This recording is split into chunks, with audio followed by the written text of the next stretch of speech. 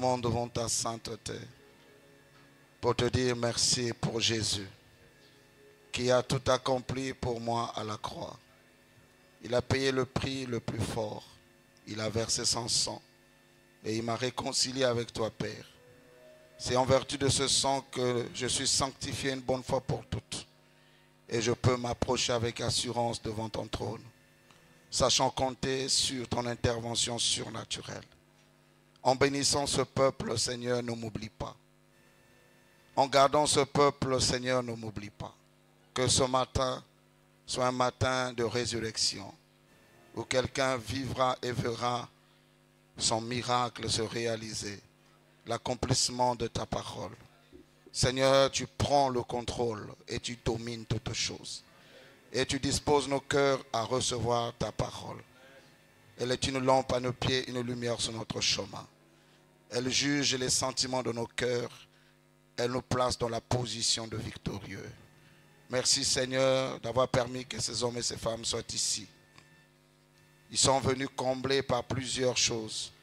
Je prie que tu leur donnes la réponse, que tu leur consoles, que tu leur guéris, que tu leur encourages, que tu leur fortifies, que tu leur communiques ta joie, ta paix Seigneur. Et qu'ils sortent de ce culte béni et qu'ils disent en eux, Dieu a touché mon cœur et j'ai changé. Sois à jamais un secours qui ne manque jamais à la détresse pour ce peuple. Bénis les chantres, bénis les serviteurs, bénis le collège de l'église, bénis tout le peuple. Bénis toutes les églises au monde entier qui te célèbrent, qui t'adorent. Bénis tous les hommes de Dieu, les Éphésiens 4, les femmes de Dieu, toute l'assemblée des saints, l'église invisible.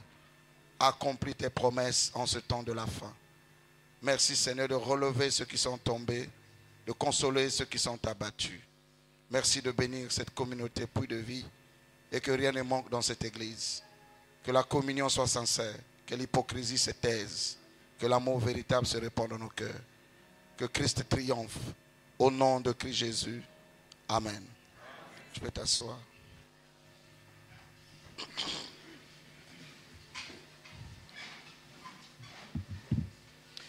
Je vais essayer de terminer la prédication sur je vous ferai, ainsi que vous avez parlé à mes oreilles. Je vais essayer de terminer ça aujourd'hui. Vraiment essayer parce que il y a beaucoup de choses à dire. Et j'aimerais encourager chacun de nous à méditer la parole à la maison.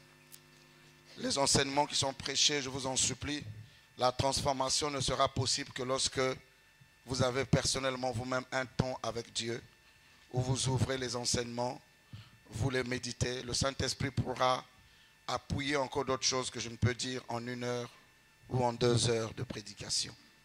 Et j'encourage l'Église à être passionnée à la méditation de la parole de Dieu. Surtout la parole qui est prêchée dans votre propre Église, apprenez à la connaître. C'est très important. Amen. Nombre chapitre 13, qui est toujours notre passage, et Nombre 14. Mais nous lirons ce matin, pour commencer, je vous prierai de vous lever. Nombre 13, 33. Je vais le lire encore. Je l'ai lu le dimanche dernier. Je vais lire Nombre 13, 33 et Nombre 14, versets 1 à 3.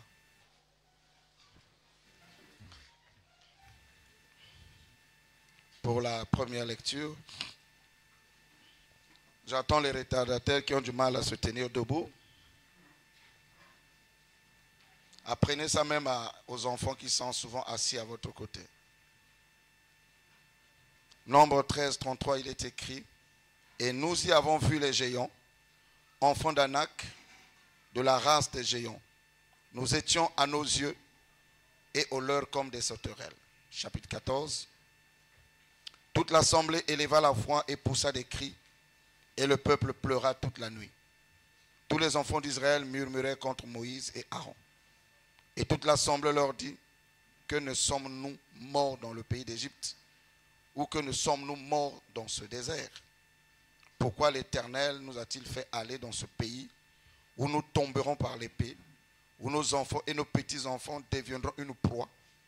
Ne vaut-il pas mieux pour nous retourner en Égypte? Amen. On peut s'asseoir.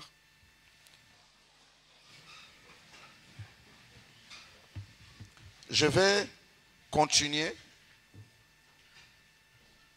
sur les ennemis qui paralysent notre foi et qui poussent à ce que nous déclarons des paroles négatives et ces paroles négatives-là s'accomplissent dans nos vies. N'oubliez pas que Dieu nous a donné une bouche avec laquelle nous consommons des aliments, mais il nous a donné la même bouche pour que nous proclamons la parole de Dieu. Voilà pourquoi ce matin, il faut utiliser encore ta bouche pour proclamer la parole de Dieu. Pour dire des amens, pour dire des alléluia, quel que soit ce que tu ressens dans ton cœur. Amen. Je prie que la joie du salut remplisse toute la salle. Amen. Remarquez ici que les enfants d'Israël ont été paralysés. Le premier ennemi que je vous ai parlé le dimanche dernier, c'était l'ignorance. Aujourd'hui, je vais parler de deux ennemis, mais qui marchent ensemble. La peur et le doute. Quelqu'un me dit la peur et le doute. Voilà. À cause de la peur, nous prononçons des paroles maléfiques qui finissent par se réaliser dans nos vies. Et nous devenons nos propres responsables des événements malheureux qui surviennent dans nos vies. La peur. Note ceci. Je vais essayer de déposer calmement l'enseignement ce matin. La peur pousse une personne à faire des confessions négatives. La peur pousse une personne à faire des confessions négatives contraires à la parole de la promesse. N'oubliez jamais que nous sommes les enfants de la promesse en Christ. Et la peur pousse une personne à faire des confessions négatives contraires à la parole de la promesse. Alléluia. Alléluia. Amen. Tu vois que si tu n'as rien pour noter, tu vas être ennuyé. Les chrétiens de Béret, quand Paul prêchait, ils prenaient note pour vérifier si ce que Paul prêche là est la parole de Dieu. Appui de vie, venez avec des blocs-notes, des smartphones, notez ce qui est prêché. Même si tu es ancien, même si tu es diacre, même si tu es serviteur, servante, nous devons savoir ça. Un autre qui prêche, tu prends des notes. Ça va t'aider pour marcher avec Dieu. Cela est juste et bon. Nous avons vu en lisant Nombre 14 que, à cause de la peur, les enfants d'Israël ont commencé à sortir des paroles négatives, des confessions négatives. Nos enfants vont mourir. Et même nos petits-enfants. Regardez comment ils ont scellé le destin même de leurs petits-enfants. Donc ils ont dit, nous allons mourir, nos enfants vont mourir, nos petits-enfants vont mourir. Ils ont placé la malédiction. Alors qu'ils avaient la promesse que tout lieu que foulera la plante de leurs pieds, Dieu le leur donne. Donc lorsque nous sommes saisis par la peur, eh bien nous allons commencer à mal parler. Et ce que nous parlons va arriver. Alléluia. Amen. Note ceci, la peur paralyse la foi. La peur paralyse la foi. Or nous savons que le juste vivra par la foi. Mais quand quelqu'un a peur, la peur de mourir, la peur d'attraper une maladie, la peur de ne pas se marier, la peur de ne pas voir ses enfants réussir, la peur de mal finir sa vie, toutes sortes de peurs, ça paralyse la foi. Dis avec moi, le juste vit par la foi. Dis ça fort que j'entende. Mais la peur paralyse la foi. Ah, tu as entendu cette maladie-là? Les gens meurent de ça. Mais ce sont les gens qui meurent de ça. Moi, je ne suis pas Jean. Je suis fils de Dieu. Et tout est possible à celui qui croit. Alléluia. Donc, eux là, et ce que tu m'as fait remarquer dans la méditation, les enfants d'Israël ont été paralysés par la peur à cause des leaders de l'église. Parce que les 12 espions qui étaient partis étaient tous des gens considérés, étaient des chefs de chaque tribu. Amen. Hein? Quand vous lisez dans le chapitre 13, il dit ceci. Au verset 2, envoyez les hommes pour explorer le pays de Canaan que je donne aux enfants d'Israël. Vous voyez, Dieu dit je donne au présent. Donc le pays les appartenait déjà. La vie éternelle nous appartient. La vie en Christ nous appartient. La bonne santé nous appartient. La richesse, la prospérité nous appartiennent. Mais le problème, quand tu as peur, tu ne peux pas posséder. Il dit ceci. Tu enverras un homme de chacune des tribus de leur père.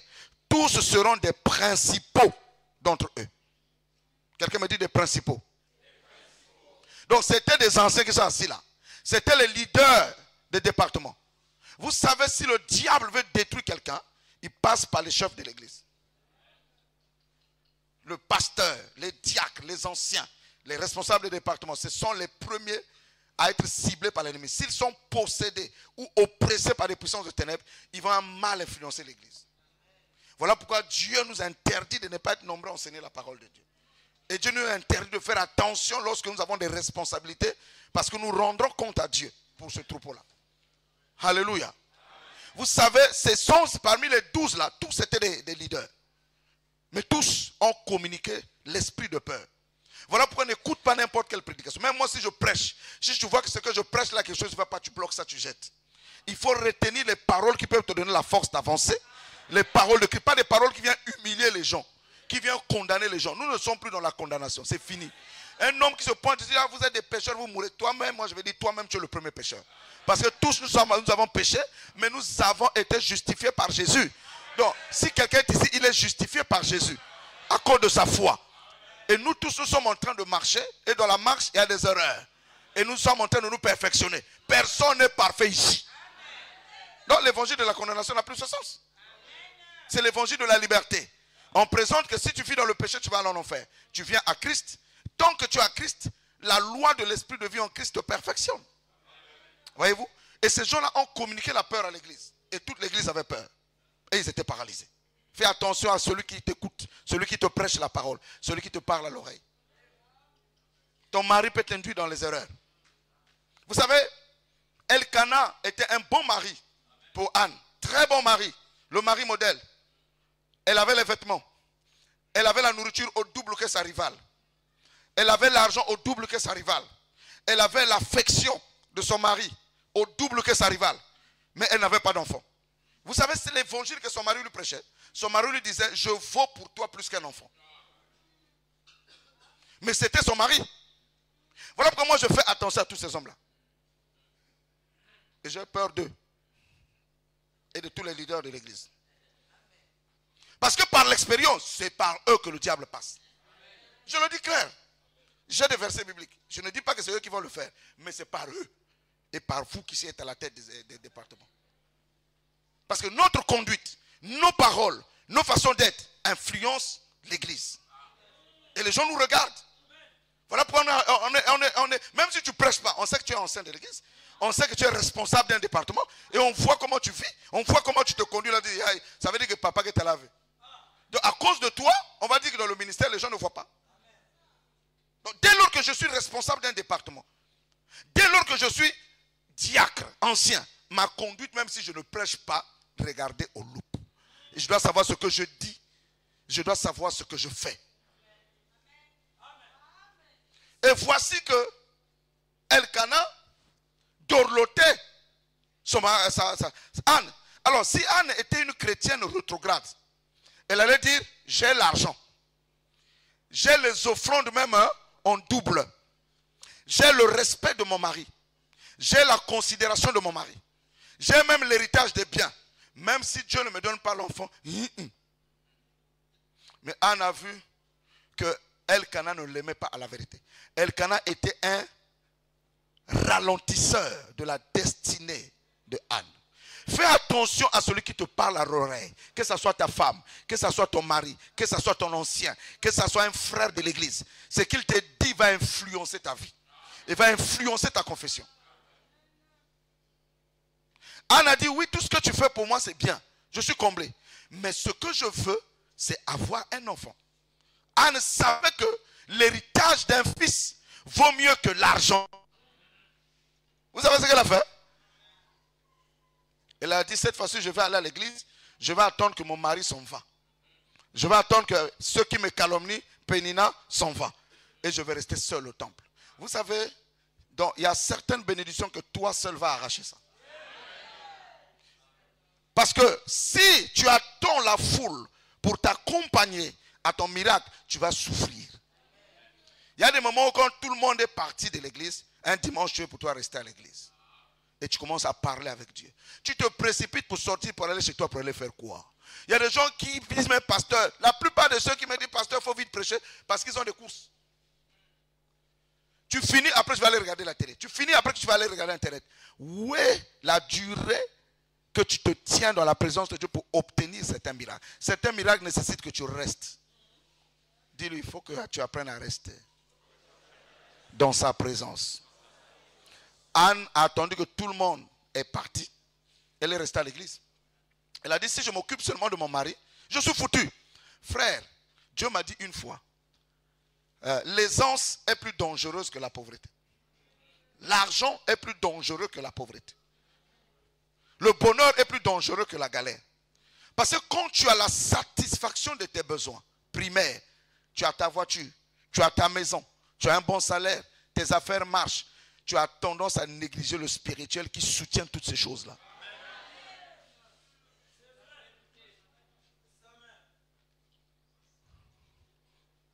Anne a dit, si je me contente de ce que mon mari me donne, je n'aurai pas ce que Dieu a prévu pour moi. Tu veux obtenir ce que Dieu a prévu pour toi? N'aie pas peur que les gens disent, mais Anne qui est dans l'église, elle est salaïque. Elle s'est tenue devant Dieu. Elle a parlé. Elle a parlé. Au point même, le pasteur ne savait pas que cette femme était ivre de la présence du Saint-Esprit. Élie est venu lui dire, oh, arrête d'être sous à l'église. Va chez toi. Anne lui a répondu quoi? Si tu connais la Bible. Anne lui a répondu quoi? Hein? Ta servante n'est pas sous, elle fait passer le remords, le chagrin. Elle répand son âme.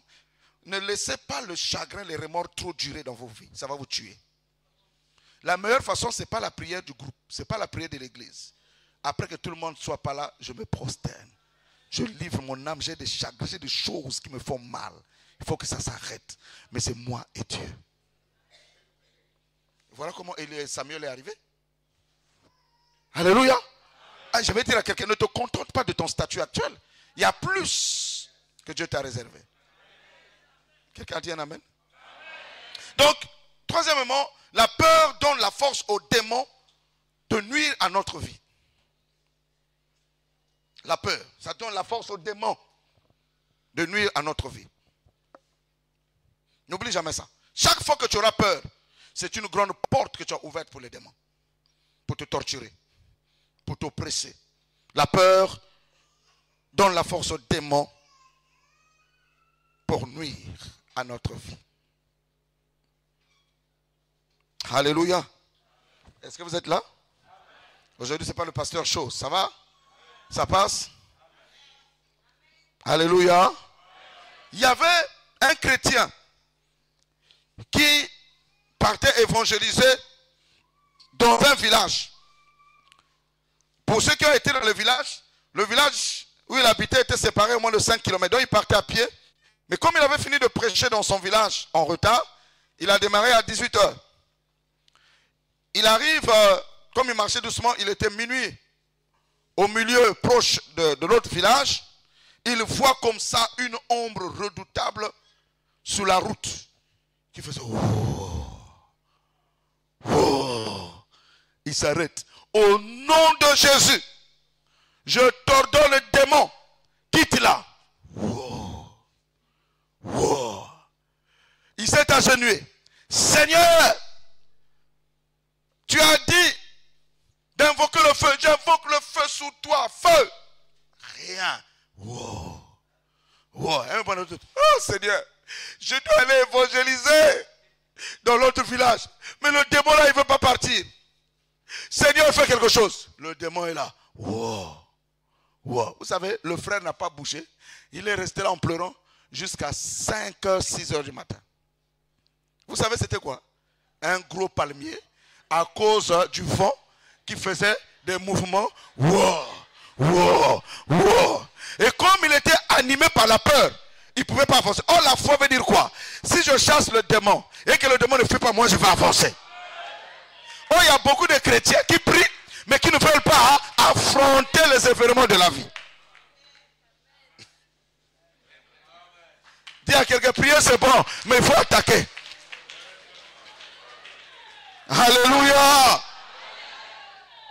Donc, il a imaginé un démon qui n'existait pas. Mais nous sommes nombreux comme ça.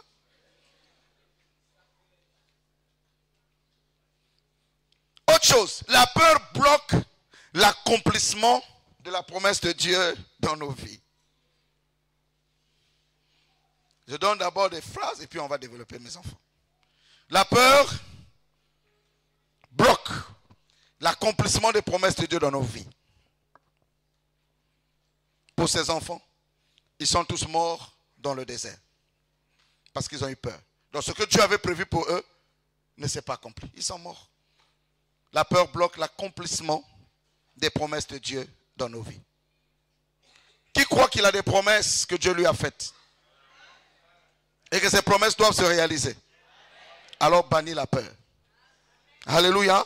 La peur bloque l'accomplissement des promesses de Dieu dans nos vies. Autre chose, la peur nous empêche d'accomplir le plan de Dieu. Elle nous empêche d'accomplir le plan de Dieu.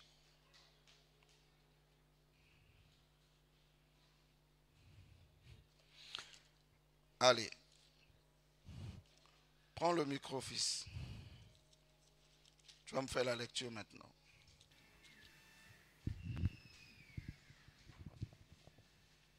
Ça va les enfants? Il y a quelque chose de fort que je vais vous dire. Lève un peu ta main. Beaucoup de chrétiens, ça il faut que ça rentre. Beaucoup de chrétiens ont l'information sur la parole de Dieu. Mais ils n'ont pas la révélation. Pasteur, prophète, diacre, chantre, vieux chrétiens, ils connaissent la parole de Dieu pour la plupart. Vrai ou faux? Vrai ou faux? La plupart de ceux qui sont ici ont même circulé déjà 10 églises. Ou 5 églises, ou 2 églises, ou 3 églises.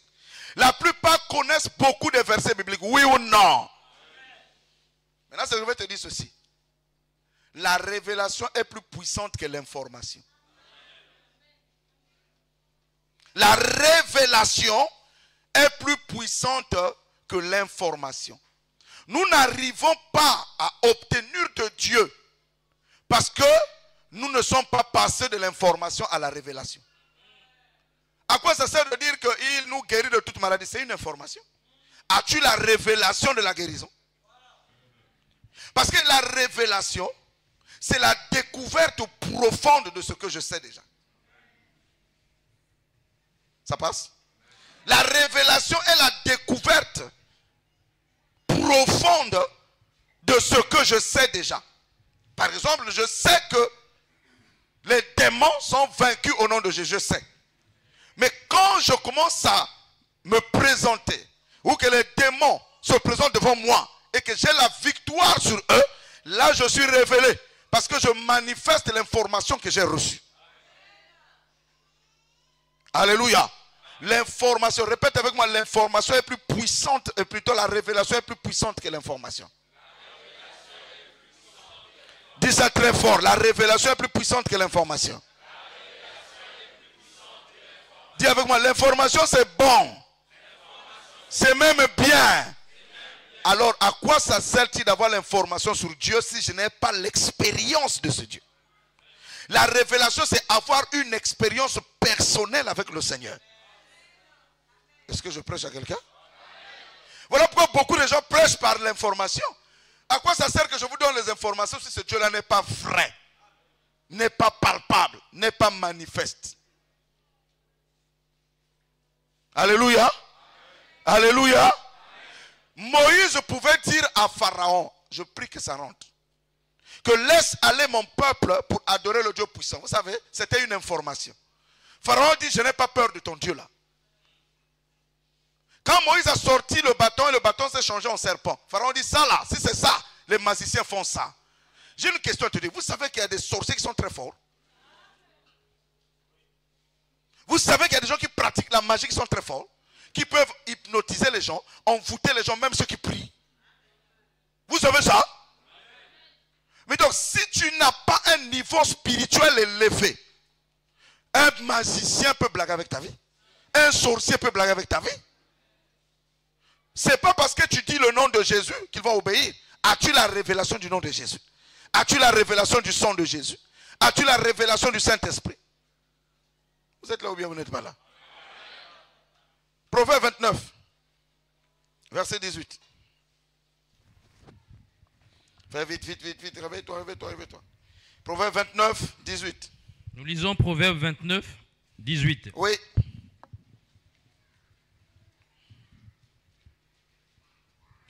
Quand il n'y a pas de révélation, le peuple est sans frein. Voilà pourquoi, si quelqu'un n'a pas la révélation de la parole, il sait pas, il devient un prostitué ou une prostituée spirituelle. Il va partout. Il ne sait pas là où il va. Il ne sait pas là où il met les pieds.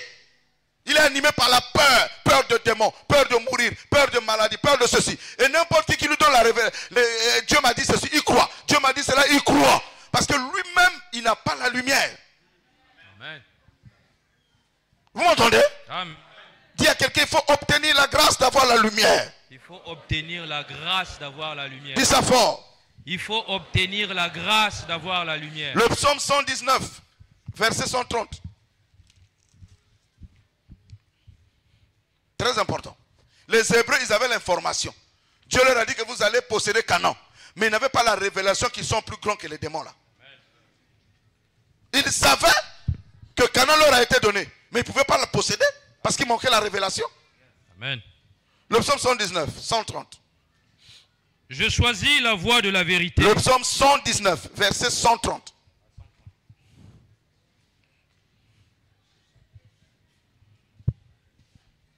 La révélation de ta parole est claire.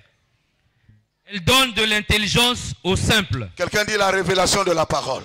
La révélation de la parole M'éclaire.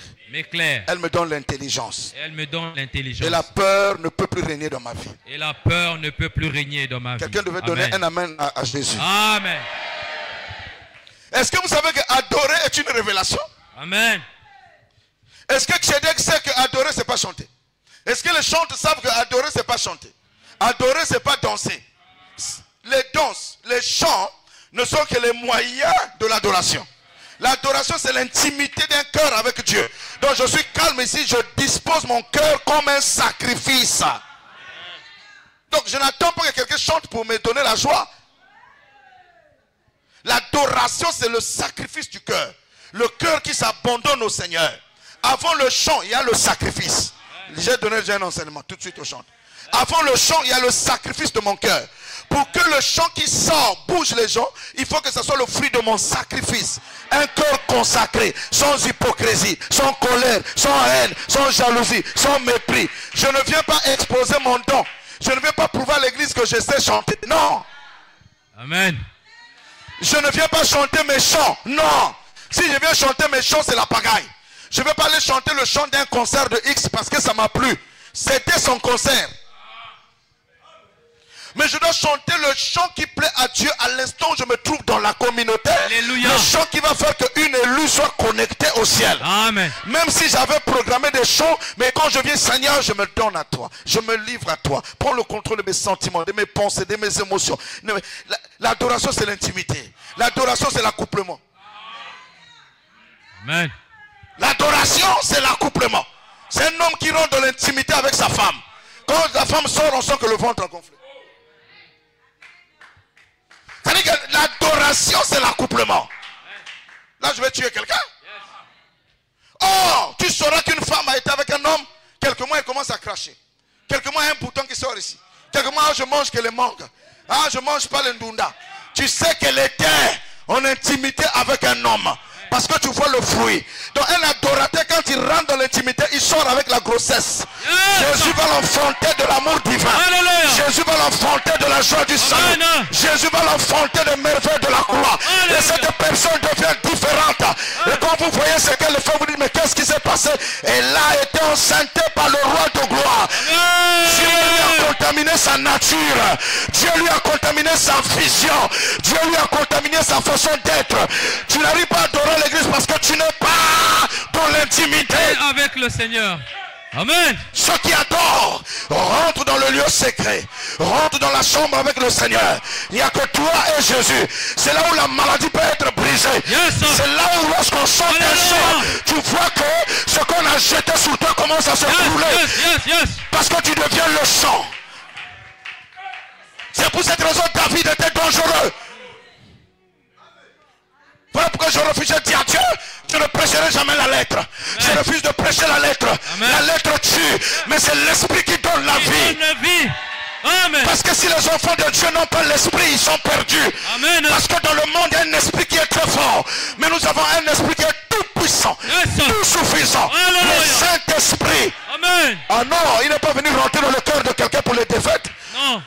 Toujours tu es pauvre, toujours tu es malheureux, toujours tu es bloqué, toujours tu es envoûté. Où est le Saint-Esprit? Amen. Tu n'es pas rentré dans l'intimité.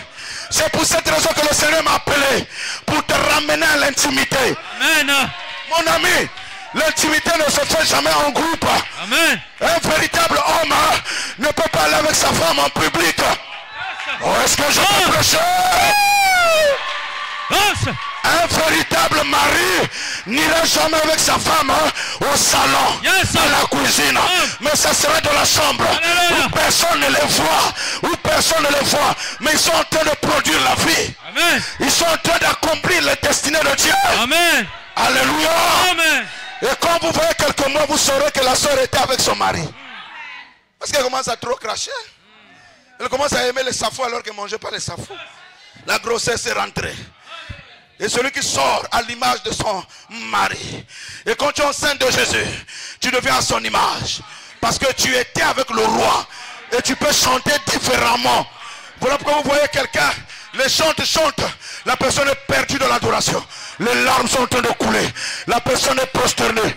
Et vous voyez ceux qui ne comprennent rien, ils ont des yeux en train de regarder. Mais tu regardes quoi? Tu n'es pas dans le lieu très saint.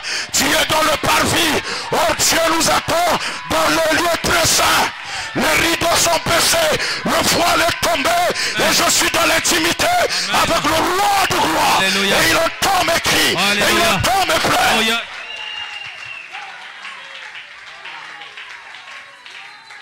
Ça c'est le culte. Hein? Le culte c'est pas les chants. Le culte, ce n'est pas les acclamations. Vous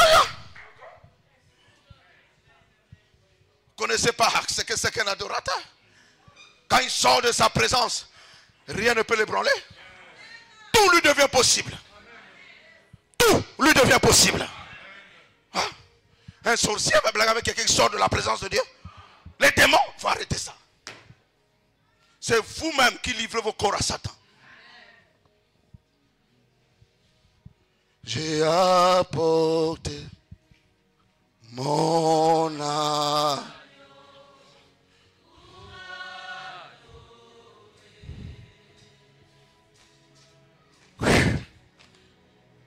J'ai apporté. Alléluia. Mon agneau. Jésus. Mon agneau ne couvre pas mes péchés, mais il les ôte. Mon agneau ne couvre pas mes péchés, mais il les ôte. Est-ce qu'on peut acclamer l'agneau de Dieu qui a vaincu la mort? En fait, quand j'ai l'habitude de dire aux gens, vous n'avez pas la foi, vous n'avez pas Dieu, vous n'avez même chanter. C'est pas qu'elles n'ont pas de belles voix. C'est pas qu'elles n'ont pas de talent. Je ne leur vois pas dans le lieu secret. Quand je dis l'église, vous ne montez pas, frère. Ça fait combien d'années que tu es ici? Tu devrais monter dans la présence de Dieu. Tu n'as pas embauché quelqu'un à ton service pour te faire plaisir par des chants. Nous sommes tous un royaume. Et le sacrificateur apporte les offrandes. Et la plus puissante des offrandes, c'est notre adoration, notre louange, notre reconnaissance. C'est-à-dire que quand tu sors de là, il n'y a plus de peur. Oh Salomon, le roi Salomon, il a hérité l'esprit d'adoration de son père David. Salomon est monté. Il a vu Dieu. Il a déposé 1000 têtes de bœuf. Il a brûlé les offrandes. Il a offert les offrandes. Dieu lui dit, merde. Dieu descend dans le temple. Le prédicateur ne pouvait plus prêcher. La gloire était là. Et c'est Dieu qui vient poser. Quand tu adores, c'est Dieu qui vient te poser la question, qu'est-ce que je dois faire pour toi?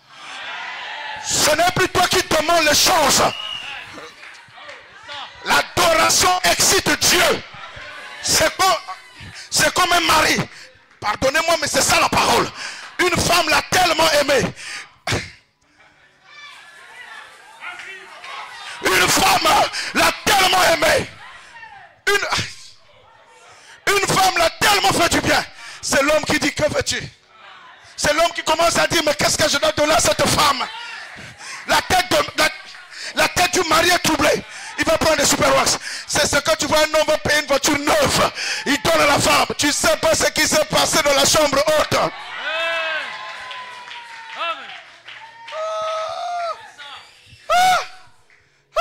Et c'est Dieu lui-même qui descend.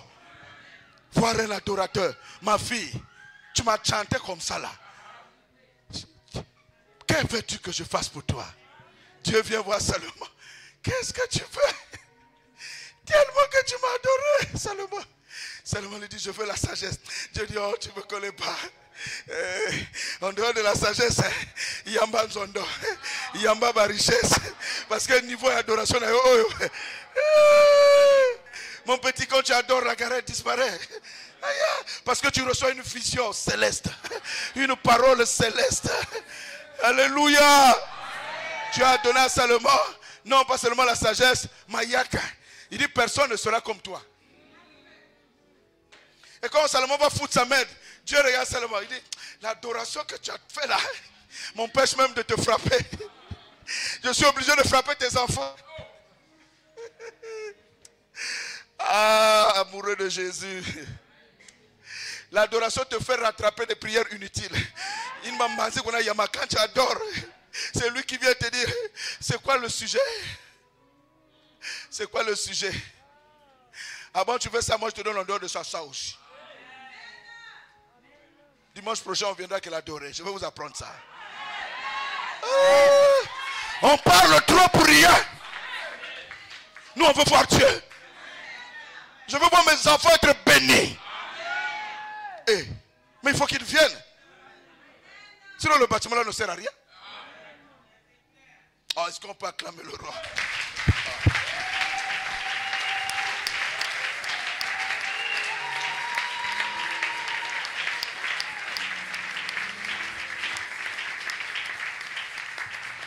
Alléluia. Et quand tu es comme ça, tu n'as plus peur de la mort. Plus rien. Tu ne crains rien. Parce que tu sors d'une présence. Un homme qui est dans la présence de vous le savez. Je sais si tu as passé une semaine avec Dieu ou avec la chair. Ça se voit. Ça se voit. Un homme qui est dans la présence de Dieu parlera moins. Son langage est doux. Alléluia. Regarde quelqu'un, dis-lui, sois un adorateur. Ne sois pas un imitateur d'un adorateur. Mais sois toi-même un adorateur.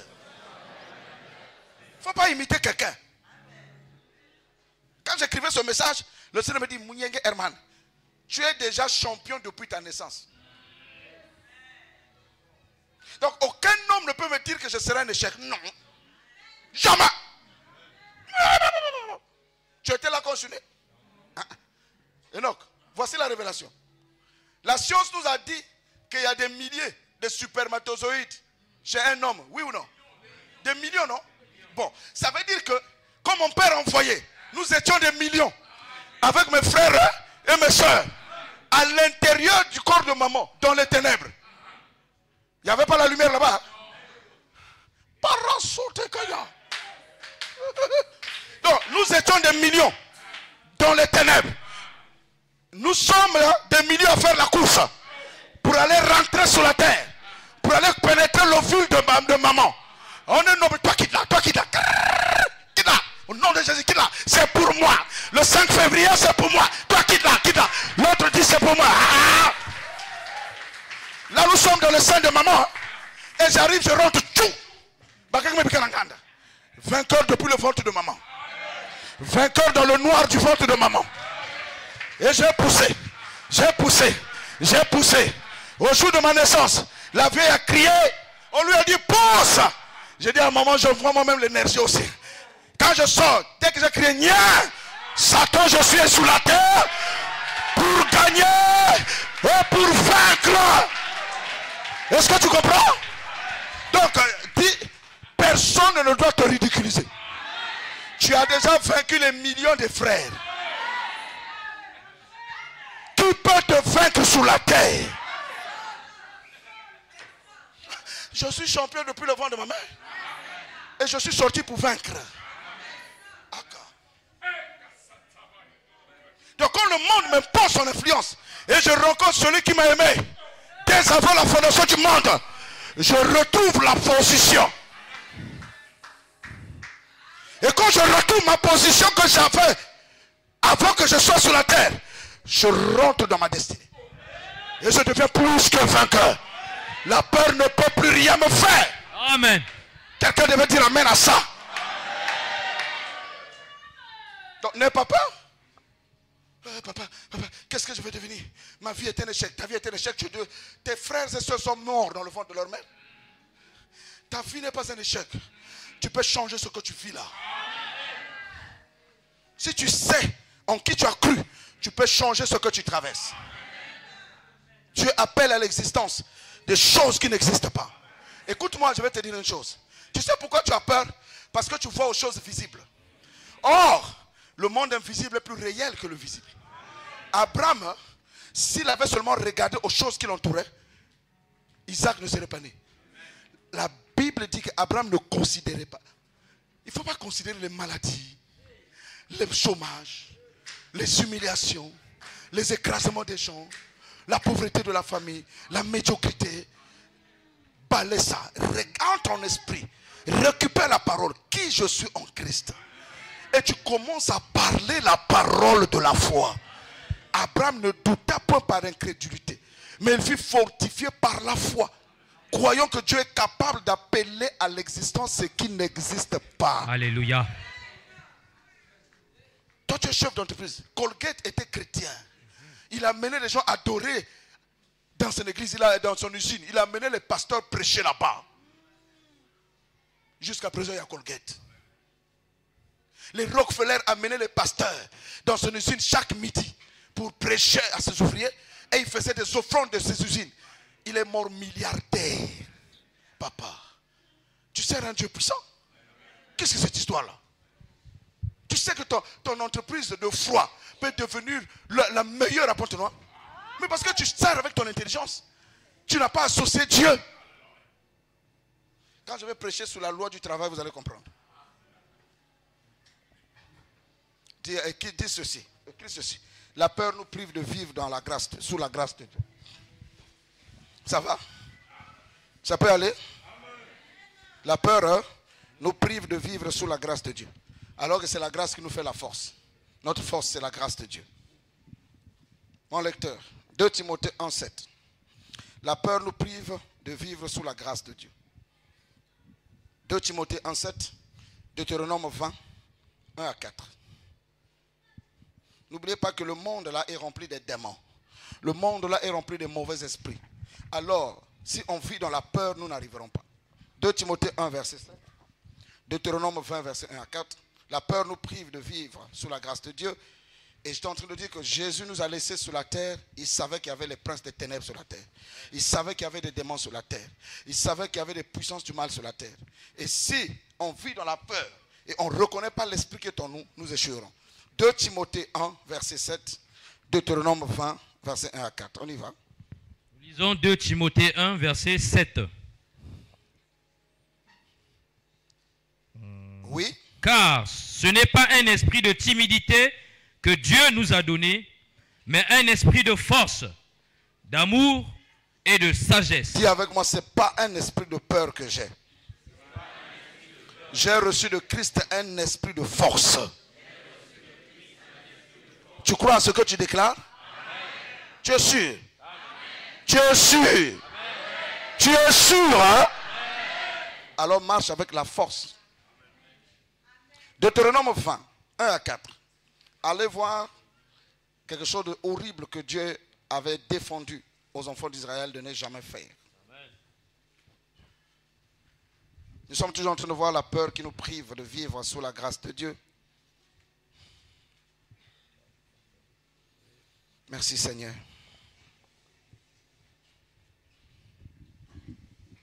Deutéronome chapitre 20, versets 1 à 4. Nous lisons Deutéronome 20, versets 1 à 4.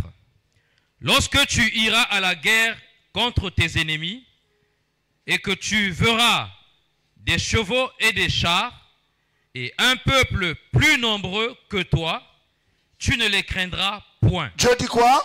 Tu ne les craindras point. Un peuple qui est comment? Nombreux. C'est-à-dire des situations qui te dépassent. Des problèmes qui te dépassent. Des problèmes auxquels tu n'as pas de réponse, tu n'as pas de solution. Amen. Dieu dit, ne crains pas. Continue. Car l'Éternel ton Dieu, qui t'a fait monter du pays d'Égypte, est avec toi. À l'approche du combat, le sacrificateur s'avancera et parlera au peuple. Verset 3. Il leur dira, écoute, Israël, vous allez aujourd'hui livrer bataille à vos ennemis. Que votre cœur ne se trouble point. Soyez sans crainte, ne vous effrayez pas, ne vous épouvantez pas devant eux. Verset 4. Car l'Éternel, votre Dieu, marche avec vous pour combattre vos ennemis, pour vous sauver. Qui croit que Dieu marche avec lui? Ah non, non, non, je ne sais pas si c'est vrai. Qui croit que le Christ marche avec lui? Amen. Non, la main là devait percer le plafond. Qui croit que le Christ marche avec lui? Amen. Moi, j'aime le Seigneur. Regardez les 4 expressions de la peur qui traduisent la peur que Dieu interdit à l'Église d'avoir. La première expression, il dit un cœur troublé. Que votre cœur ne se trouble point. Un cœur troublé. Ça, c'est le premier effet de la peur. La peur de mourir, la peur de la maladie, la peur du chômage, la peur de ne pas voir ceci, la peur des sorciers et des démons. Ça amène quelqu'un à avoir un cœur troublé. Dieu dit non. Les symptômes qu'on dit là, tu es troublé. Deuxième expression que Dieu interdit, qui manifeste la peur, un cœur craintif. On ne parle pas de la crainte de Dieu, mais la crainte de la mort, la crainte de l'ennemi, la crainte des démons, la crainte de Satan, la crainte des sorciers, la crainte de ce que les gens vont dire de moi. Un cœur craintif. Troisième expression de la peur, un cœur effrayé. Quelqu'un qui est effrayé, boum, commence à trembler. Qu'est-ce qui va m'arriver? Et enfin, un cœur épouvanté. L'épouvante, c'est comme la mort. Quelqu'un va dire, pour moi, c'est fini. Et Dieu a défini ces 4 expressions de la peur dans Deutéronome 20. Il dit que votre cœur ne se trouble point. Or, ce matin, quand nous allons déclarer la prière, nous allons prier que ces 4 expressions de la peur soient bannies de nos vies. Il dit que votre cœur ne se trouble point. Deuxièmement, ne soyez pas dans la crainte.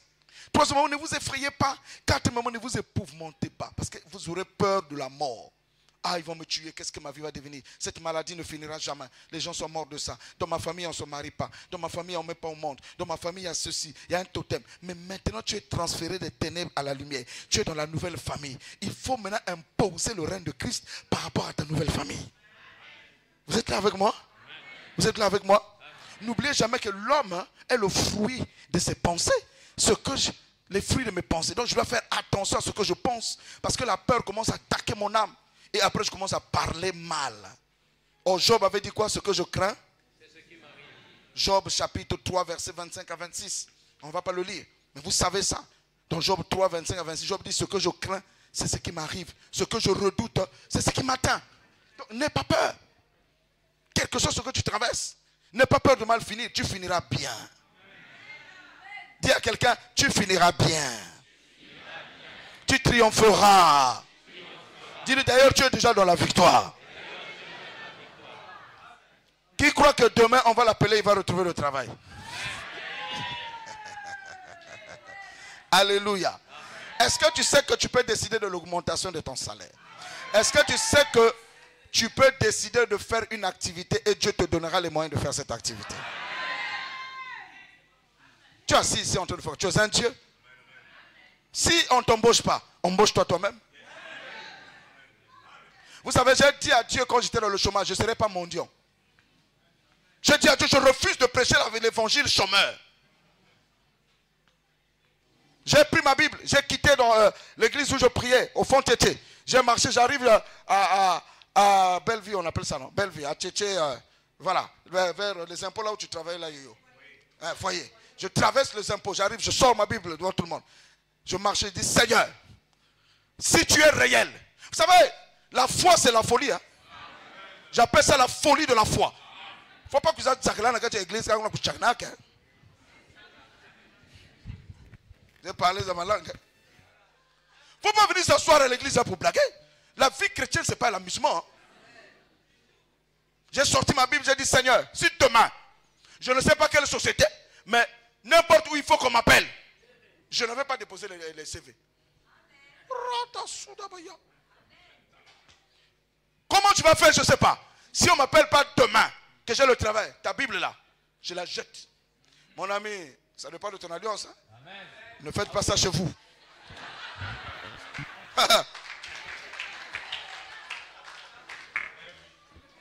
Parce qu'il m'avait dit que je t'attends à Pointe-Noire, je te donnerai le travail. J'ai dit, comme tu m'as dit que tu m'attendais à Pointe-Noire et que tu me donneras le travail, mais je suis à Pointe-Noire, mais le travail ne vient pas. Oh, Dieu attendait que je parle. J'ai dit, demain, si on ne m'appelle pas, la Bible là, je la brûle. Je vais dire avec chrétien. Parce que ce que j'avais entendu, c'est que ce n'était pas toi. Le lendemain, le petit frère de mon père est venu à 10h. Il dit, Herman, il y a le cabinet qui fait l'expertise comptable chez nous. Ils m'ont posé la question si je ne connaissais pas quelqu'un qui a fait la comptabilité. Je leur ai dit, c'est mon fils. Il est venu, il m'a pris par la main. Il dit, allons-y. Et il m'a amené. Et je suis arrivé au cabinet. J'ai dit, oh, il est vivant, il est vivant. Il est vivant, il est vivant ce Dieu.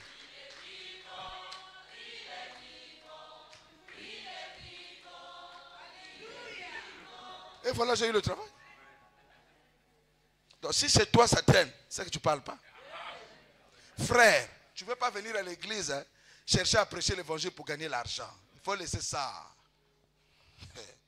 Si c'est Dieu qui t'a dit que tu vas être à 100% dans le ministère, c'est qu'il va savoir comment pourvoir à tes besoins.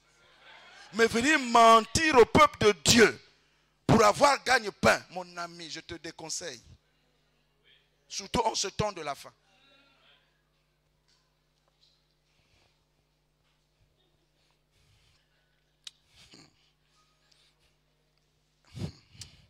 Ah, pasteur, il est pour le bien, laisse ça. Prends pas l'Apocalypse. Prends la Genèse aussi. Alléluia. Si tu prends la Genèse, c'est là où tu comprendras ta douleur. Si tu n'as pas le travail, crée le travail. Le paresseux n'a rien à faire à l'église. Que celui qui ne travaille pas, ne mange pas. Ne viens pas ici avec une liste de frères et sœurs que tu as ciblés. Sur lequel tu as mis tes prières. Frère intel 10 000, frère intel 30 000, frère intel 40 000. Et quand tu finis le culte, frère, j'ai une ordonnance là, tu ne peux pas m'aider. 10 000, la même ordonnance. Frère, frère, ça c'est un esprit de pauvreté. Il y en a qui ne veulent pas donner, mais comme quelqu'un demandé, ils sont contre. Mon ami, si tu n'as pas d'activité, crée l'activité. Les gens qu'on a aidés là, est-ce que vous êtes revenus même pour dire, voici vous m'avez donné ça, j'ai réussi à produire ça? Hein? Il ne faut pas jouer lorsque quelqu'un te dit, prends ceci pour faire cela. Si tu as échoué, viens dire, vous m'avez donné ça, mais je n'ai pas pu. est-ce que vous ne pouvez pas encore me faire grâce? Ah, qu'est-ce que tu essaies de faire? J'essaie de faire ça, ça, ça. Ok, on va t'orienter. C'est Dieu a placé à l'église des gens qui ont aussi la sagesse, qui peuvent aider les autres dans l'entrepreneuriat. Alléluia. Alléluia. J'ouvre une parenthèse. Dieu m'a dit ceci. Isaac était l'enfant de qui? Hein? Je vous parle des choses sérieuses. Hein? Était l'enfant de qui? Ok. Dieu avait dit, je te bénirai par Abraham. N'est-ce pas? Isaac arrive dans son pays, la galère est tombée dans le pays promis. Et il décide d'aller en Égypte. Dieu lui dit, ne va pas en Égypte. Sème sur cette terre désertique. Pourquoi? Dieu m'a posé la question, pourquoi je n'ai pas sorti l'argent du ciel et que j'ai donné à Isaac? Parce que Dieu ne fonctionne pas comme ça en matière de bénédiction financière. Si tu ne sèmes pas, tu ne moissonneras pas. Il fallait que Isaac plante le blé et son champ de blé, Dieu a mis la main, ça a donné une grande récolte. Il a vendu, il est devenu fort. Il a fait encore le champ, il a vendu, il est devenu fort riche. Donc si on vient s'asseoir à l'église, la prière ne rend pas riche. On peut prier matin, midi, soir, on ne sera pas riche. Mais on doit avoir quelque chose dans la main et travailler. Là, il n'y a plus des acclamations, mais c'est comme ça. Je dis ceci. Tous les frères qui ne travaillent pas, vous devez vous débrouiller à travailler. Vous devez vous débrouiller à vous battre, à faire quelque chose. Ne soyez pas esclave de quelqu'un. Ne mendiez pas votre pain. Dieu dit que la fourmi est petite, mais elle travaille l'été pour avoir sa nourriture. Elle ne dit pas que je suis rien. Je dois faire des efforts. Ne dis pas que je n'ai personne. Prie. Dieu peut toucher quelqu'un, il vient et te donne de l'argent. Prends cet argent, fais quelque chose de bien avec. Jeune sœur, chaque fois que, je ne sais pas si ceux qui passent par la voie de la gendarmerie, j'ai ouvert une parenthèse. Hein. Chaque fois que je passe par la voie de la gendarmerie, je me réjouis quand je vois cette fille-là. Elle vend l'arachide mélangé avec le tubercule. Je ne sais pas s'il y a des gens qui passent à la gendarmerie qui l'ont remarqué. Elle est là au milieu des voitures, avec ces sachets qu'on vend sans francs. On met l'arachide, on met le tubercule, on met le noix de coco. Elles font. Chaque fois que je passe là, je la vois. Qui a déjà remarqué une fille comme ça là? Chaque fois que je la vois, je dis, mais Seigneur, est-ce qu'une chrétienne peut faire ce qu'elle fait? Voyez-vous? Elle prend le risque d'être sur le goudron, de vendre, parce qu'elle veut gagner son argent. J'ai dit, Seigneur, un jour je passerai ici, si tu me touches, je vais lui donner l'argent. Pourquoi? Elle a la volonté. Mais il y a des gens qui sont assis à l'église, pas de volonté de travailler. Qui savent qu'on a tamla, l'oisiveté amène le songi. Vous savez, le pauvre, sa sagesse est méprisée. Quand tu n'as pas le mayaka, les gens ne te suivent même pas. Et d'ailleurs, on rend visite à celui qui a les moyens. C'est la loi de la terre. S'il y a beaucoup de frères et sœurs tout autour de toi, c'est que moi qui. Remarquez ceux qui n'ont rien là. Les frères et sœurs ne viennent pas chez eux. Non, non, shalom, tu n'auras rien. Ce phénomène-là, même juste à l'église. On est bien avec celui qui a un. Regardez les frères qui ont un peu là. Le monde qui est tout autour d'eux. Maintenant, les frères qui n'ont rien, ils sont dans leur coin.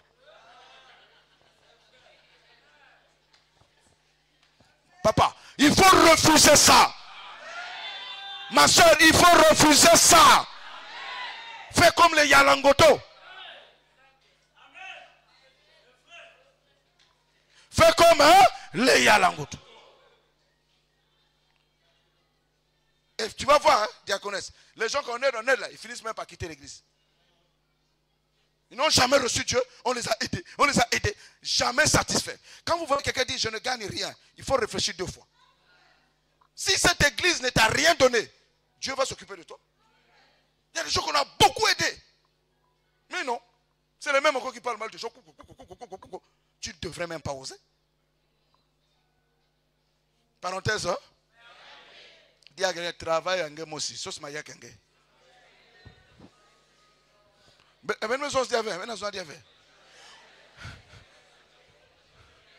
Bien aimé, quand vous voyez quelqu'un dire dans cette église il n'y a pas d'amour, c'est-à-dire qu'il y a une société aide, il y a une zouave, alors que personne aide. On partage des kits de nourriture ici. Cette église, on donne la nourriture. Cette église, on paye les rentrées. Je sais, il y a des frères, des sœurs qui sont sous, qui n'aiment pas, qui appliquent la parole, qui dit quand tu donnes la main droite, la main gauche, je ne sais pas. Ils ne me disent pas. Mais Dieu vient me dire, tu vois, telle sœur a aidé telle personne, tel frère fait ceci, fait cela. Je connais. Il y a beaucoup de frères qui aident les gens ici, qui payent les scolarités des enfants, qui par surprise, qui appellent frère, viens, Dieu m'a mis à cœur, ça va payer l'école de tes enfants. Mais vous connaissez ça dans combien d'églises? Là, Satan, je te menace, hein, tu dois quitter cette communauté-là. Il y a beaucoup de gens ici qui soutiennent les frères, les sœurs. Oui. Ne sois pas une mère morte. Dis-lui ça, ne sois pas la mère morte. Tu reçois mais tu ne donnes pas. Si Mbis me compte la mère morte, Mbis une fois. Ne sois pas un tueur de vision.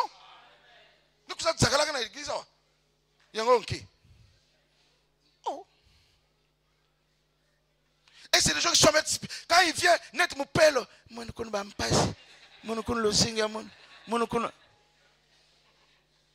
tu sais ce que Dieu m'a dit, Michel? Il ne faut pas qu'on confonde la bonté selon Dieu et la bonté selon notre cœur charnel.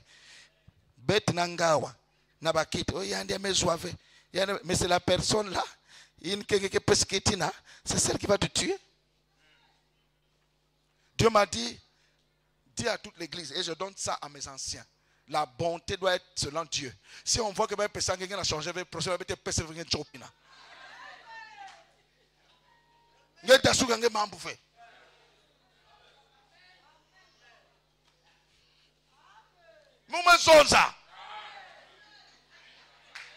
Jésus chicotait les gens dans le temple et les gens qui ne voulaient pas marcher là. Donc, tous ceux qui ont reçu le sungi, venez au diaconat me justifier ce que vous avez fait avec les sungi.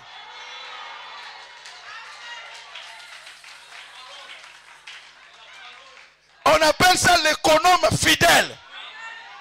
Jésus a demandé des comptes aux économes. Je t'ai donné 5 talents. Je t'ai donné 3 talents. Qu'avez-vous fait? Avant que je dise à M. Michel, donne-moi la liste et je vais appeler. Oh, que Dieu vous bénisse ce matin. Je vous aime, mes enfants. Ça, c'est le côté pasteur.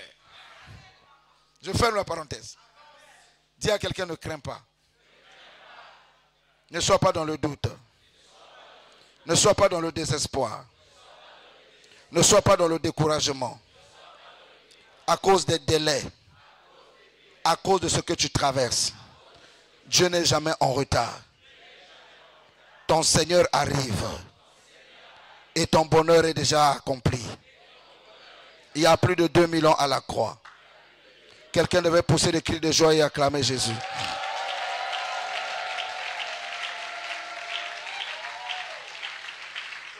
Je vais clôturer.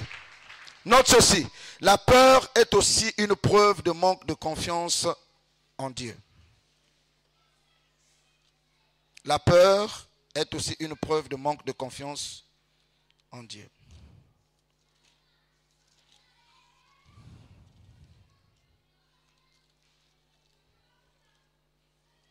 La peur est aussi une preuve de manque de confiance en Dieu.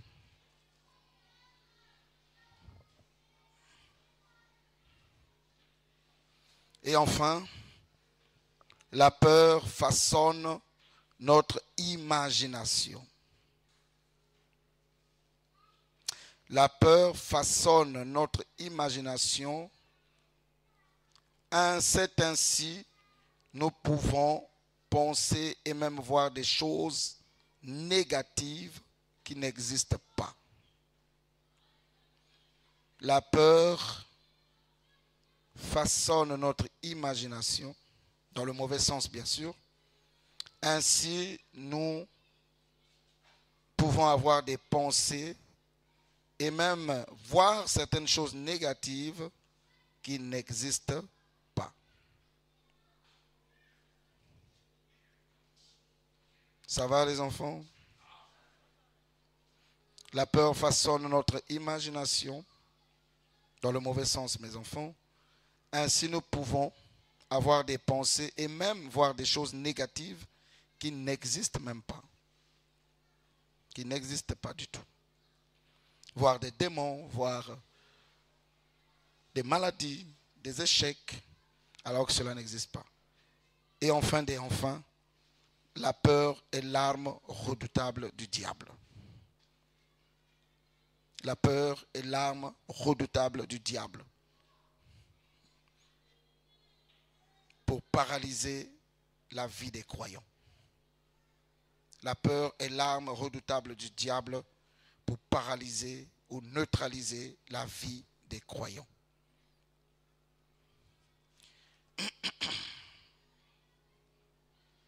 On va lire dans Matthieu, chapitre 14, 22 à 33. La peur est l'arme redoutable du diable pour neutraliser, paralyser la vie des croyants. On clôture avec Matthieu 14, 22 à 33 en conclusion. Nous lisons Matthieu 14, versets 22 à 23. À 33. À 33, autant pour moi. Aussitôt après, il obligea les disciples à monter dans la barque et à passer avant lui de l'autre côté. Pendant qu'il reverrait la foule, quand il l'eut renvoyé, il monta sur la montagne pour prier à l'écart. J'aimerais encourager l'Église à apprendre à prier. Remarquez, apprendre à prier seul. Remarquez Jésus. Il était ensemble avec les disciples, mais il a eu un moment d'intimité seul avec le Seigneur. Amen. Ayez souvent des temps d'intimité seul avec votre Dieu. Ça va vous bénir. Amen. Et comme le soir était venu, il était là seul. Verset 24. La barque, déjà au milieu de la mer, était battue par les flots, car le vent était contraire. Verset 25. À la 4e veille de la nuit, 4e veille vers 3h, 5h du matin, je crois. Jésus alla vers eux, marchant sur la mer. Marchant sur la mer. Quand les disciples le virent marcher sur la mer, ils furent troublés. Quelqu'un dit, ils furent troublés. Est-ce qu'on n'a pas vu les 4 mots dans Deutéronome 20? Amen. Un cœur troublé. Amen. Dis à quelqu'un, n'aie pas un cœur troublé. N'aie pas un cœur troublé. Peu importe ce que tu traverses. On y va. Et dire, c'est un fantôme. Alors, j'ai une question à poser à l'église. Je vous ai dit tout à l'heure que la peur façonne notre imagination. Et nous pousse à voir des choses qui n'existent pas. Vous voyez, ils sont en train de voir Jésus comme un Fantôme. Est-ce que c'était un fantôme? Non. Le fantôme n'existait pas. Amen. Donc vous voyez que la peur peut t'amener à voir des démons qui n'existent pas. Amen. Tu vas dormir, il n'y a personne qui marche sous ton toit. Mais tu vas t'imaginer qu'il y a des gens qui marchent sous ton toit. Et tu vas voir ces choses-là. On va te dire que tu as telle maladie incurable. Tu vois déjà la mort alors que Dieu a prévu la guérison pour cette maladie. Amen. Dis avec moi, Seigneur. Seigneur, éloigne le trouble de mon cœur. Éloigne le trouble de mon cœur. Vous savez, la peur de l'avenir est un poison qui tue même les foyers. Amen. J'entends parfois les gens dire, depuis que tu m'as marié, qu'est-ce que je gagne dans ce foyer? Oh, c'est pas parce qu'aujourd'hui que le monsieur n'a rien ou traverse une situation difficile qu'il est devenu Kimapamba. Mais combien de sœurs paralysent leur mari, insultent leur mari, moquent du respect à leur mari, parce que parfois la famille traverse une époque difficile. Voyez-vous? L'incertitude de l'avenir nous pousse à nous inquiéter, à nous tourmenter. C'est ce qui fait que les gens vont même voir les démons, vont même voir les fétichards, sans se rendre compte. Quand vous voyez la plupart des gens rentrer dans la franc-maçonnerie, mais la franc-maçonnerie ne donne pas la richesse. Beaucoup de francs-maçons sont pauvres. Qu'on ne vous trompe pas. Beaucoup de magiciens sont pauvres. Beaucoup de sorciers sont misérables. Si la technologie de sorciers, de voler la nuit, ils avaient fait des avions, le pays sera béni. Amen. Mais, Air Makanda. Les gens avec un avion fabriqué la nuit, ça devient un avion. Mais ramenez la technologie là au jour au moins. Il y a des sorciers qui sont misérables. Alléluia. Amen. Les féticheurs qui sont misérables. Ne soyez pas flattés par les magies, la sorcellerie, l'occultisme. Les gens là sont misérables. Non seulement qu'ils sont frappés par des démons, mais ils passent une vie difficile, des nuits difficiles. Ils sont tourmentés par des esprits. Tu vas passer les nuits dans les cimetières. Tu vas passer la nuit dans la tombe de celui qu'on a enterré en premier lieu à Mongokamba. Passe le qu'on a fouillé tombe. Il ne faut pas que le 4 h du matin te trouve là-bas. Ils ont des contraintes difficiles. Vous croyez que c'est facile? On va sortir avec ta femme devant toi. On va sortir avec toi là où c'est interdit. Tu vas bouffer les membres de ta famille. Vous croyez que c'est la blague? Et toi tu enfuis les méchants. Tu enfuis leur avenir, tu enfuis leur or. Vaut mieux peu avec la paix et la joie que beaucoup de viande avec des querelles. Ah. Il y a des maisons où les gens mangent seulement le makwala, mais ils sont heureux. Amen. Les gens ont les macaronis, ils pleurent. Amen. Je préfère avoir mes makwala dans la paix que les macaronis et les ngombe dans les problèmes. Quelqu'un est en train de me comprendre? C'est la conclusion là de mon message. Ne vis pas ta vie par comparaison. Alléluia. Amen. Ah, les autres sont bien, mais tu n'es pas les autres. Chacun a son jour, amen. Chacun a son temps, amen. Chacun a sa saison, alléluia. Chacun a sa grâce. Yes. Amen. Alléluia. Amen. Écoute-moi, ne meurs jamais de la maladie que maman est morte avec. Je t'interdis de mourir de la maladie que maman est morte avec. Hein. C'est-à-dire, je me tiens ici, je suis en train de prier pour quelqu'un. Je t'interdis de mourir de la maladie que ta mère est morte avec, ton père est mort avec, ton arrière-père est mort avec, ton arrière-arrière est mort avec, parce que tu appartiens à Christ. Tu ne mourras pas de la mort des hommes, amen. De la maladie des hommes, amen. Des liens de sang, des liens héréditaires, que nous recevons la grâce de triompher de ces choses-là. Alléluia. Alléluia. J'entends clair dans mon esprit. Il y en a même quand on leur donne l'argent. Il y a un esprit. Ah Seigneur, merci de m'avoir rappelé. Il y a un esprit qui a été placé sous la famille. C'est un voleur de richesse. Donc même si l'église peut t'aider, dès que l'argent tombe dans tes mains, tu ne fais rien de bon. Tu vas faire une activité mais bois. Tu vas faire une activité mais kanga dans ma bouche à ma bande. C'est les esprits qui sont en train de travailler pour t'empêcher d'être riche. Nous allons briser ça tout à l'heure. Amen. Alléluia. Amen. C'est pas normal que quelqu'un qui est né de nouveau fait les entreprises, ça tombe. Fait des activités, ça tombe, ça tombe, ça tombe, ça tombe, ça tombe. Et au final, ton argent bloqué. C'est qu'il y a un esprit qui travaille pour que toi, tu ne tiennes pas l'argent, que tu ne sois pas libre. Et toi, tu es censé aider beaucoup de gens.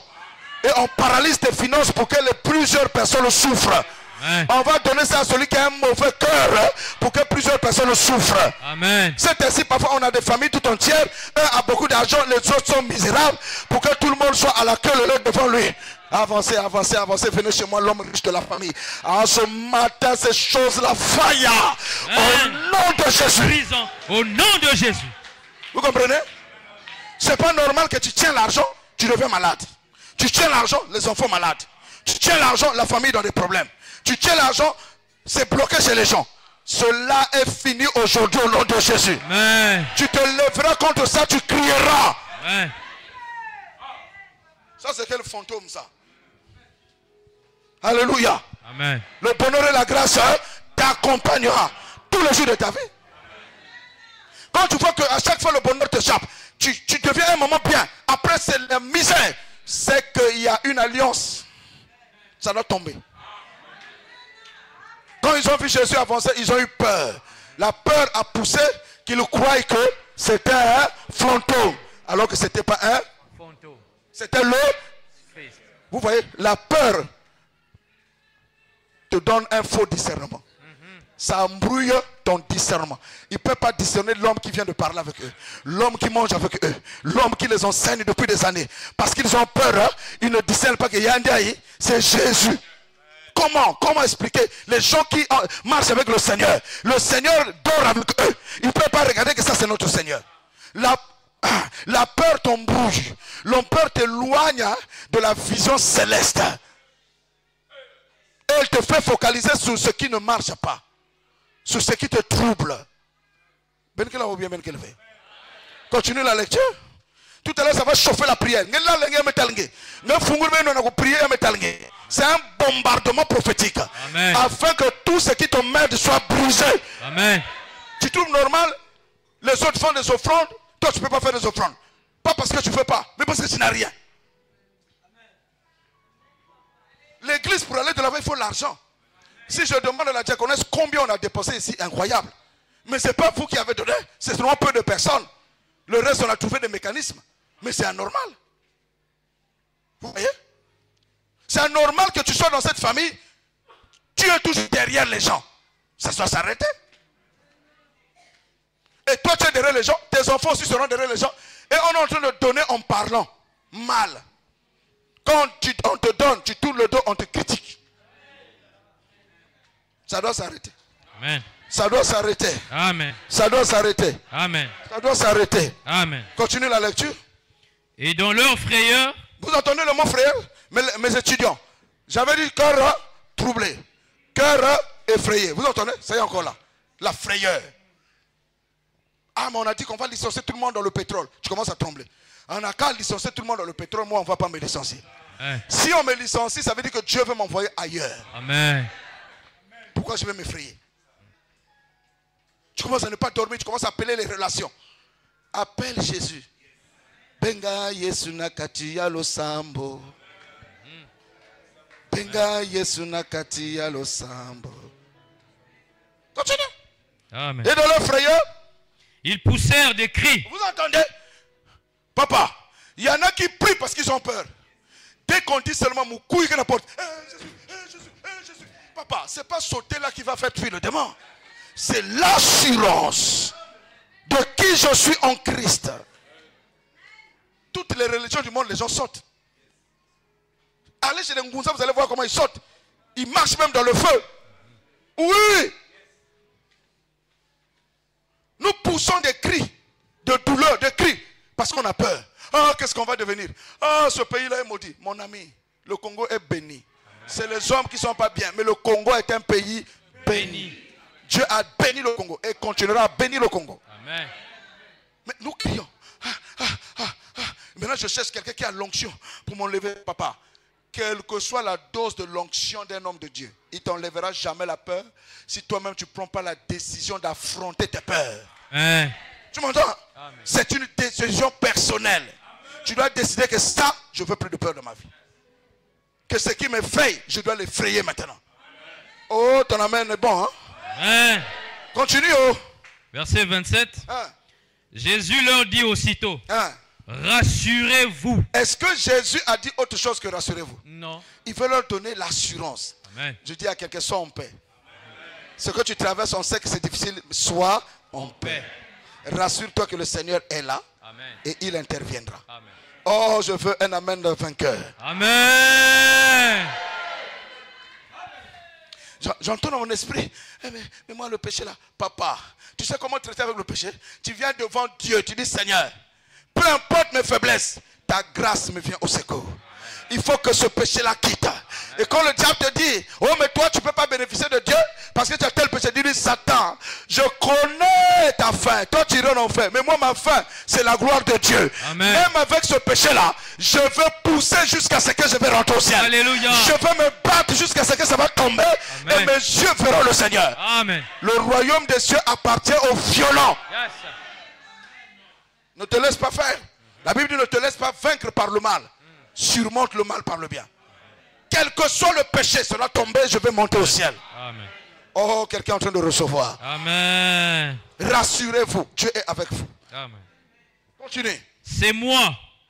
N'ayez pas peur. Ah, vous entendez? Dis à quelqu'un, n'aie pas peur. Oh, c'est trop faible. Oh, c'est trop faible. C'est-à-dire que même la personne n'a pas un boma. Dis-lui, n'aie pas peur. Dis-lui, peut-être que ça dure.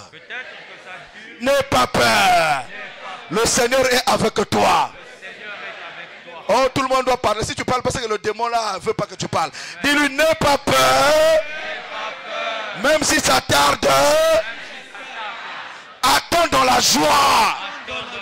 Le Seigneur est fidèle. Ne descends pas en Égypte. Ne va pas chez les Boulamananga. Amen. Ne va pas consulter les médiums. Amen. Ne va pas consulter les sorciers. Amen. Attends la victoire par Jésus. Yes. Est-ce que tu crois que la victoire est assurée? Amen.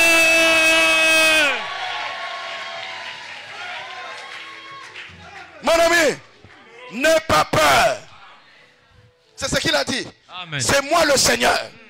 Maintenant, écoutez maintenant le gaillard, Pierre. Hein?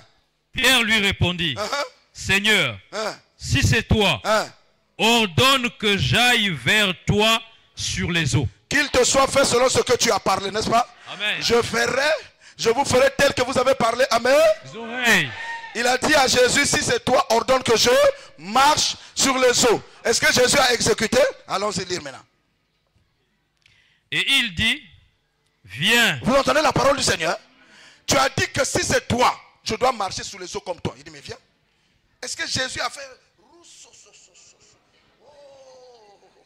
Oh, non, Jésus, pas de grimaces. Amen. Vous voyez, quand Dieu parle simplement, les gens pensent que ce n'est pas Dieu. Mais si je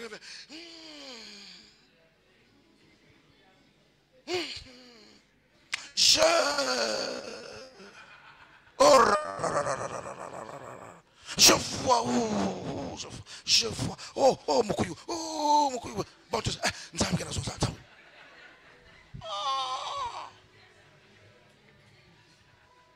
mais si quelqu'un pense simplement, il n'a pas l'onction. Ça, c'est pas l'onction. Qui t'a dit que c'est passé? Il fait je, depuis que Dieu a bégayé, je suis l'Éternel, votre Dieu. Dieu me commande mon coucou. Pour dire je suis l'Éternel, votre Dieu, un gars va bégayer. Là, l'assemblée est calme. Mais si tu viens simplement, Dieu est au milieu de nous. Amen.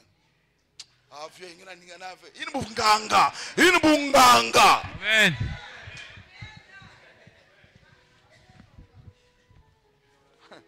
Viens. Alors, qu'est-ce que Pierre a fait? Pierre sortit de la barque. Alléluia. Et marcha sur les eaux. Ce matin, je suis en train de déclarer, pas de prophétiser, mais de déclarer que tu marches sous les eaux de la maladie. Amen. Amen. Amen. Oh, quelqu'un n'est pas en train de saisir ça. Ce matin, je déclare que tu marches sous les eaux de la maladie. Il faut prier quand tu es en bonne santé, avant que les mauvais événements arrivent. Afin que quand ça va arriver, tu as suffisamment emmagasiné de foi et de grâce pour traverser l'ombre de la vallée de la mort. Il a marché sur les eaux. Pierre, parce qu'il a dit, ce matin tu vas dire et ça va arriver.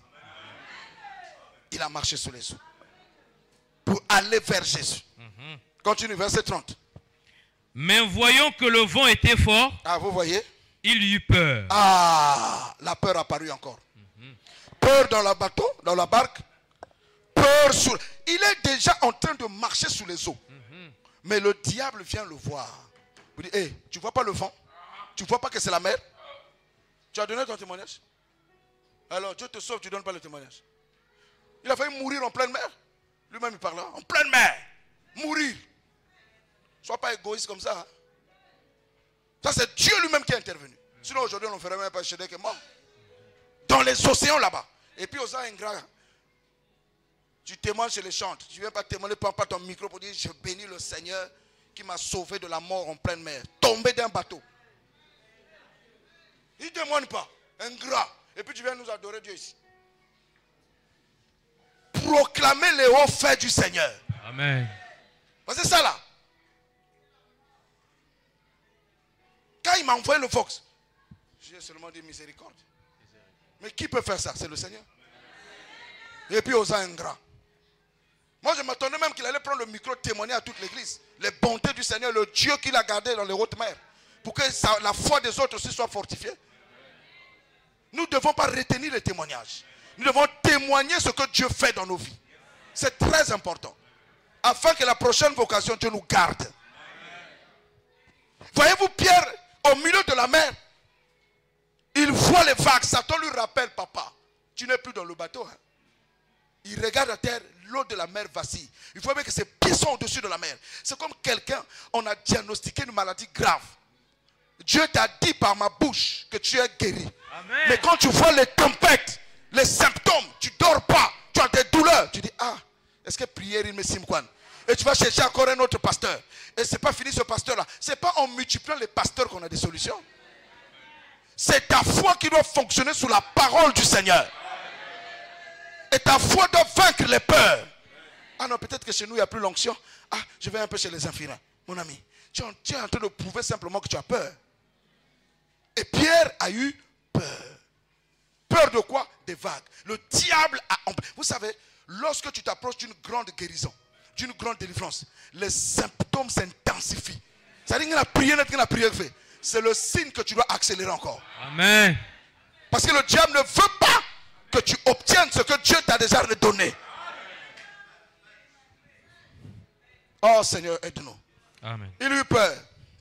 Il eut peur. Uh-huh. Et comme il commençait à enfoncer, Voilà. il s'écria, Ah. Seigneur, sauve-moi. Uh-huh. Aussitôt Jésus étendit la main, Uh-huh. le saisit et lui dit, homme de peu de foi. Vous entendez? Homme, De peu de foi. pourquoi tu as... Pourquoi as-tu douté? Vous entendez?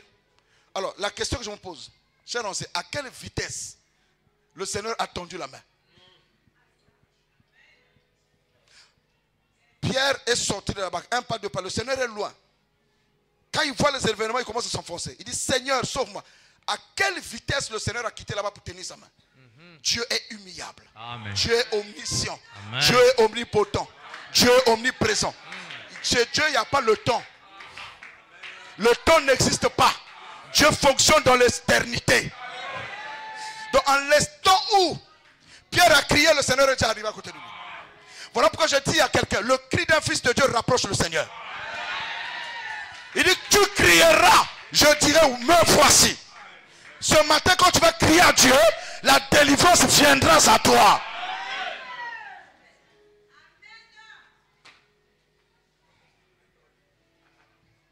La peur l'a fait enfoncer dans la barque. Combien la peur des démons nous enlève le sommeil. La peur de la mort nous jette dans des lits de maladie. La peur de posséder la guérison. Même quand je dis c'est fini, ah mais pasteur, moi mon dos. Mais quel dos? C'est Dieu qui donne la santé. Et tu as la santé avec toi. Christ est ta victoire. Tiens-toi debout. Tu doutes trop, tu as peur, peur. Ah mais est-ce que je vais me marier? Ah mais est-ce que je vais vraiment avoir des enfants? Ah mais vraiment, est-ce que moi là? Mais mais rien ne va se passer. Alors nous levons nos mains vers le ciel. Le premier point de prière que j'aimerais prier avec vous.